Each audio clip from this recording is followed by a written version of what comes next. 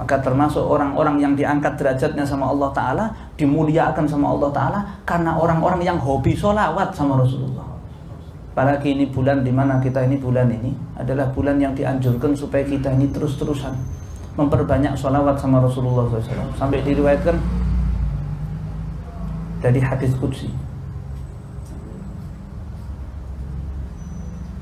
Allah Ta'ala itu tanya, qala ya Rasulullah, limanis samawati wal ardh, langit dan bumi itu buat siapa? Dijawab sama Rasulullah, laka ya Rabb, buat engkau. Tanya lagi, qala ya Rasulullah, limanil jannah wan nar, buat siapa surga dan neraka itu? Laka ya Rabbi. Rasulullah jawab, buat engkau ya Tuhan. Liman anta. Allah tanya lagi, terus kau buat siapa? Laka ya Rabbi, buat engkau. Allah tanya, liman ana? Ya ana buat siapa? Wallahu a'lam. Saya tidak tahu. Wal ya Rasulullah, aku dan engkau untuk orang yang sholawat kepadamu. Tapi kurang apa? Kalau sudah Allah saja muliakan orang yang sampai seperti ini, muliakan orang yang mau sholawat sama Rasulullah SAW, itu diangkat derajatnya sama Allah Ta'ala setinggi-tingginya.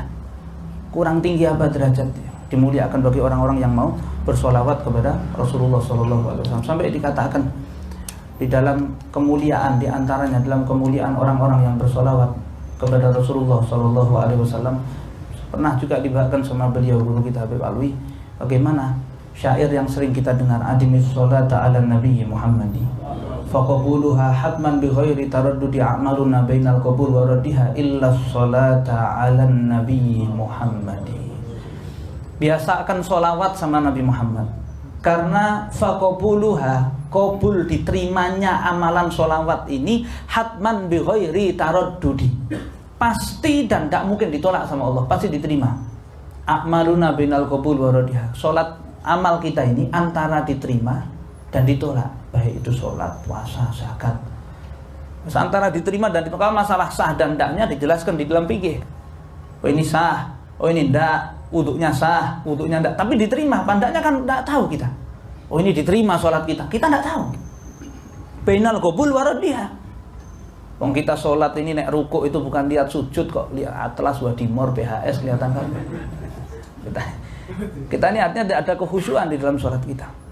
Bahkan tengah-tengah sholat ya, kita mesti lihat orang yang ada di kanan kiri kita, ini kok takbirnya mubeng, ini kok trijinya mubeng, ini kok begini, ini kok begini. Yang kita lihat kanan kiri kita, kok kita ada khusyuknya sama sekali. Artinya secara syariat mungkin bisa dikatakan sah, tapi masalah diterima atau tidaknya kita tidak tahu. Puasa kita tidak tahu. Begitu pula amalan-amalan yang lainnya. Buh itu haji, buh itu umroh. Artinya apalagi di zaman sekarang ini, zaman selfie, di mana kita melakukan satu amalan, satu rumah sudah tidak ada yang tahu, kita update status jadi tahu semua. Sholat tahajud, satu rumah tidur. Namun sholat tahajud kok alhamdulillah hari ini bisa tahajud. Semua akhirnya harus minta doanya. Semua akhirnya kita catati sendiri. Jadi sampai ditanya terus malaikat rokib atid suruh nyatet apa nih kabeh catet kan. Ya ini jadi satu bentuk di mana kita ini kepingin punya amal yang diterima sama Allah Ta'ala. Ini terus apa amalnya? Salah satunya adalah sholawat sama Rasulullah. Nah, di mana sholat kita pun tidak mungkin sah kalau tidak pakai sholawat sama Rasulullah SAW. Sampai di sini kata lamma khalaqallahu subhanahu hawa nadhara Adam ilaiha faqala ya Rabbi zawwijni minha faqala Allah Ta'ala wa ma mahruha ya Adam. Jadi ini Nabi Allah Adam waktu dia lihat Sayyidah Hawa, maka manusiawi timbul keinginan, timbul syahwat dengan kecantikan Sayyidah Hawa. Maka kemudian Nabi Allah Adam itu minta, ya Allah nikahkan saya sama dia. Ditanyai sama Allah Ta'ala, wa ma mahruha, terus maharnya pakai apa? Ini pernikahan pertama kali ini pernikahan Nabi Allah Adam sama Sayyidah Hawa ini pernikahan. Wa ma mahruha ya Adam, apa maharnya? Qala ya Rabb ma'alam, ya Allah saya tidak tahu. Qala Allah tabaraka wa ta'ala ya Adam, maka Allah Ta'ala mengatakan, hei Adam, sholli ala Muhammad asyra marrat. Jadi Nabi Allah Adam itu zuwajnya maharnya sholawat sama Rasulullah 10 kali. Maka kemudian sholawatlah Nabi Allah Adam kepada Nabi Muhammad seperti yang disuruh sama Allah Ta'ala. Fazawajahullah subhanahu wa ta'ala. Maka dinikahkan sama Siti Hawa. Wah ini, wah berarti kalau kita maharnya nikah pakai sholawat sudah surat kabeh ini. Tidak ada yang sobat ambiar. Ya, nah, jadi ini akan kita kembalikan kepada diri kita. Pentingnya sholawat sampai kan gitu. Sampai Nabi Allah Adam saja nikahnya itu maharnya pakai sholawat. Nah, maka kalau kita sendiri sebagai umatnya Rasulullah, sampai Nabi Allah Musa iri sama kita. Nabi Allah Musa itu iri. Kita ini tidak minta, sudah terlahir sebagai umatnya Nabi Muhammad. Itu Nabi Allah Musa saja irinya tidak umum sama kita. Sampai baca di dalam kitab Taurat, ada bilang kitab Al-Wahid mengatakan ini apa ini? Ya Allah, saya baca ada umat. Kok mulia betul umat ini? Kau mulia akan dia masuk jannah 70.000 bi ghairi hisab, bahkan lebih. Jadikan dia umatku. Tidak bisa Musa. Dia umatnya Nabi Muhammad. Ya Allah, saya lihat ini ada umat, ya Allah, mulianya tidak umum. Dia ini bisa jadikan di mana tempat dia berpijak, di situ bisa untuk sholat, bisa untuk sujud. Jadikan dia umat. Tidak bisa, dia umatnya Nabi Muhammad. Sampai semua kemuliaan itu dibaca, maka sampai terakhir Nabi Allah Musa minta, nek caranya kayak gini, jadikan aku umatnya Nabi Muhammad. Nabi Allah Musa iri sama kita. Nabi Allah Musa saja kepengen jadi umatnya, padahal sudah Nabi makomnya, sudah derajatnya sudah mulia, tapi kepengen jadi umatnya Nabi Muhammad. Nah maka ikhwan yang dimuliakan Allah Subhanahu wa ta'ala, penting betul jangan sampai di antara kita ini kemudian kita tidak sholawat sama Rasulullah. Paling tidak punya satu amal, yang amalnya ini bisa ngatrol. Kalau sholat kita tidak pernah khusyuk, puasa kita cuma ngenteni adzan maghrib toh yang dengar. Kita ini kepengen hal-hal yang sifatnya memang keburukan dari setiap amal kita ini mungkin terhapus, atau mungkin kita ini tidak, artinya derajat yang memang rendah yang kita miliki, kita ngaku ini, kita kepengen terangkat itu derajat. Kita kepengen supaya derajat kita ini terangkat hingga kita sampai masuk ke dalam surganya Allah Subhanahu wa ta'ala dalam keadaan Allah ridho, Nabi Muhammad ridho. Tapi apa yang bisa menyelesaikan itu semua masalah itu? Tidak lain ya kita baca sholawat sama Rasulullah. Nah, dengan baca sholawat sama Rasulullah terus menerus, maka nanti Allah Subhanahu wa ta'ala akan muliakan orang-orang yang bersholawat itu sampai tinggi derajatnya orang-orang yang bersholawat itu, sampai diceritakan Syekh Sultanah Az-Zabidi, Syekh Sultanah, beliau Habib Awi juga pernah cerita tentang Syekh Sultanah ini. Beliau termasuk orang yang hobi banget bersolawat sama Rasulullah. Setelah satu amalan yang dilakukan sama Syekh Sultanah adalah orang ini, Syekh Sultanah ini paling banyak solawat sama Rasulullah. Kesehariannya itu paling banyak solawat di luar amalan-amalan lain, di luar amalan-amalan lain. Orangnya Masya Allah, wariyah ini Syekh Sultanah. Sampai satu kali waktu Syekh Sultanah ini dia dapat satu pengkabulan doa yang dimana apa yang kau minta wahai Sultanah, Syekh Sultanah, akan saya kabulkan, akan dikabulkan. Maka Syekh Sultanah ini karena dapat ilham seperti itu, gerakan seperti itu, maka Syekh Sultanah ini datang sama seorang ulama, Syekh Muhammad Bahusyar. Dia datang sama Syekh Muhammad Bahusyar, dia tanya, amalan apa yang kira-kira harus saya minta? Saya ini bingung, saya ini kepengen amalan yang tidak ada nandingi. Kata Syekh Muhammad Bahusyar, kau pengen satu amalan yang tidak ada yang nandingi sama sekali amalanmu. Apa itu? Ya Allah ma'an Nabi. Ketemu sama Rasulullah langsung, tidak tidur, tidak mimpi, berkumpul sama Rasulullah. Maka Syekh Sultanah akhirnya minta sama Allah Subhanahu wa ta'ala sampai dikabulkan sama Allah ta'ala. Dan di zaman Syekh Sultanah, orang-orang yang ada di kampungnya, di desanya itu, kalau ada masalah datang ke rumah Syekh Sultanah, sampai Syekh Sultanah bilang, sebentar ya, tak tanyakan sama Nabi Muhammad dulu masalah. Dia buka kamarnya, dia lihat Rasulullah di rumah. Bahkan sampai dalam riwayat lain, orang-orang yang ada di depan itu walaupun tidak melihat Rasulullah, tidak bisa lihat, tapi sampai Syekh Sultanah membuktikan, dengar no ya suara Rasulullah, entah ini, dengarkan suara Rasulullah. Ya Rasulullah, ini fulan bin fulan punya masalah ini, punya masalah ini, punya masalah ini, punya masalah ini. Rasulullah jawab, dia suruh ke sini, dia suruh berobat ini, dia suruh begini, dia suruh begini, dia suruh begini. Sampai saking mulianya Syekh Sultanah itu bisa sampai seperti itu. Lah kita ini umatnya Rasulullah, yang kita ini terus terang sekali lagi, kita ini tidak punya amal yang bisa kita banggakan sedikit pun, apapun itu, kita ini tidak ada yang bisa kita banggakan dari amal-amal kita.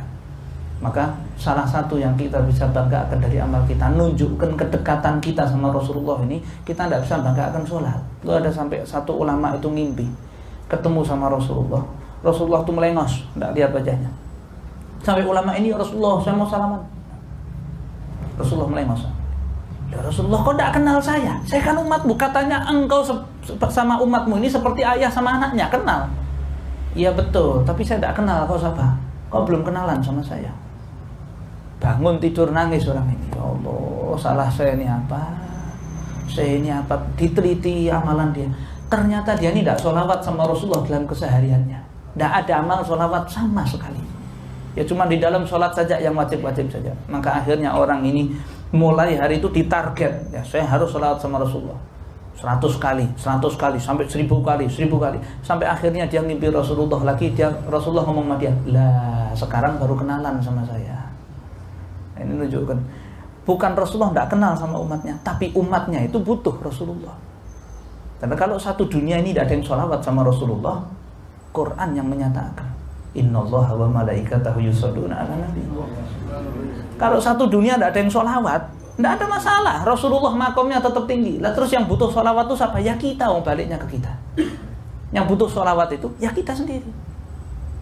Ya maka ikhwan yang dimuliakan Allah Subhanahu Wa Taala, sebagai penutup, maka yang paling penting memang khususnya di bulan Rabiul Awal ini kita bahagia dengan kelahirannya Rasulullah. Kita senang dan mengingat, walaupun kita baca kitab Maulid, entah Simtud Duror, entah Tiba, entah Berjanji, entah apapun, semuanya baik, semuanya bagus, dia ulami, semuanya menceritakan tentang Rasulullah itu tidak ada yang tidak bagus. Pokok kita harus berbahagia, paham atau tidak paham artinya kita senang. Karena sampai dikatakan Abu Lahab saja ketika kelahiran Rasulullah dia bebaskan budaknya Thuwaibah al-Aslamiyah. Hingga Thuwaibah al-Aslamiyah itu sempat jadi ibu susunya Rasulullah. Karena berkat itu Abu Lahab itu setiap hari Senin malaikatnya rolasan. Prai tidak gebuki Abu Lahab. Karena sempat seneng dengan kelahiran, kalimatnya sempat seneng dengan kelahiran Rasulullah sekali. Waqif dengan umatnya yang senang terus dengan kelahiran Rasulullah. Maka insya Allah kita ini bukan terus kita menyombongkan diri kita, tapi kita bangga dengan adanya Rasulullah. Wong kelahiran anaknya saja senang. Orang itu sebelum nikah dia minta kepengen nikah.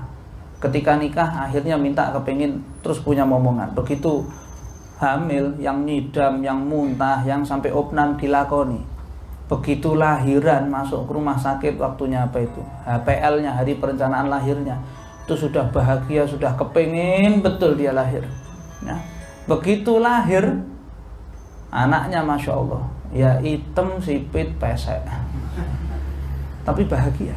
Begitu disampaikan ke dia, Masya Allah, yang ganteng-ganteng dewe, saya ngayu-ayu dewe. Loh anaknya ini, yang susternya batin, loh piye to, wong ireng, sipit, pesek kok ayu. Ini maksudnya apa? Satu bentuk kenyataan manusia wes seneng dengan anaknya. Kelahiran anaknya bahagia, kayak apapun anaknya tetap dianggap ini yang paling ganteng, ini yang paling ayu. Lah bagaimana dengan kelahirannya Rasulullah? Manusia terbaik, dohiron wabatinan, yang kita semua ini bisa duduk, bisa kumpul gini ini karena berkahnya Rasulullah. Bahkan kita bisa ngerasakan enaknya apa Milo apa teh itu karena berkahnya Rasulullah. Kita ini bisa ngerasakan enak ini semua karena perjuangannya Rasulullah. Maka kecintaan kita sama Rasulullah ini salah satunya kita ungkapkan dengan memperbanyak sholawat, ya, dan juga kita meneladani apa yang jadi sunnahnya Rasulullah. Baik itu dalam keluarga kita, dalam berumah tangga, bagaimana Rasulullah itu mengendalikan emosinya. Rasulullah itu tidak pernah syahwat, tidak pernah dengan nafsunya, tidak. Ada masalah, tapi bukan ada masalah. Sama Sayyidah Aisyah ada masalah, tapi bagaimana Rasulullah itu menemukan solusi yang baik. Bagaimana Rasulullah dengan istri-istri yang lain ketika mereka cemburu? Rasulullah ngasih jalan keluar. Bagaimana dengan sahabatnya? Bagaimana dengan mulia akan sahabat-sahabatnya? Bagaimana berhadapan dengan musuhnya? Lah Rasulullah ini dalam kehidupan ini, Rasulullah itu guru kita. Jangan terus kita, saya tidak bisa nyontoh Rasulullah. Justru Rasulullah itu mengatakan innama bu'ithu mu'allima, saya ini diutus sebagai guru. Lah muridnya siapa? Kita, umatnya. seorang lain yang menerapkan sistem hidupnya Rasulullah. Kita sebagai orang Islam, kita justru harus lebih menerapkan sistem hidupnya Rasulullah. Maka mudah-mudahan insya Allah dengan yang sedikit ini Allah tanamkan kecintaan di hati kita kepada Rasulullah SAW, dan mudah-mudahan Allah Subhanahu wa Ta'ala panjangkan usia guru-guru kita, khususnya Habibana Ali bin Ali Al-Habsyi, dan semua yang hadir, yang pernah duduk di tempat ini. Allah makmurkan hidupnya, Allah makmurkan rezekinya, Allah makmurkan keluarganya, dan Allah panjangkan usia kita hingga masuk bulan Rabiul Awal di tahun-tahun yang akan mendatang dalam keadaan sehat walafiat. Dan Allah izinkan mata kita yang penuh maksiat dan penuh memandang kekurangan orang, insya Allah sebelum akhir umur kita minimal sekali kita bisa mimpi wajahnya Rasulullah. Kita bisa lihat Nabi Muhammad SAW sebagaimana beliau mengatakan, man ra'ani fil manam fasayarani, siapa yang melihat aku di dalam mimpinya akan melihat aku secara terang-terangan, dan Allah karuniakan itu kepada kita insya Allah. Dan mudah-mudahan Allah tentukan ketika ajal akan menjemput daripada roh kita, didatangkan Nabi Muhammad jemput roh kita insya Allah. Dan mudah-mudahan ketika dimana Allah tentukan yang terakhir kali keluar dari lisan kita tidak lain adalah kalimat La ilaha illallah Muhammad Rasulullah sallallahu alaihi wasallam. Ahina liha ya hayyu mithlil mumit wa basna liha ya ba'ikan fa'na wa rafa'na bi amalin fa'umalun wa labanun illa man atallaha biqalbin salim, illa man atallaha biqalbin salim, illa man atallaha biqalbin salim, bihaqqi rabbana atina fid dunya hasanah wa fil akhirati hasanah wa qina adzabannar. Sallallahu alaihi sayyidina Muhammadin nabiyil ummi wa ala alihi wa sahbihi alhamdulillahi rabbil alamin. Al-Fatihah.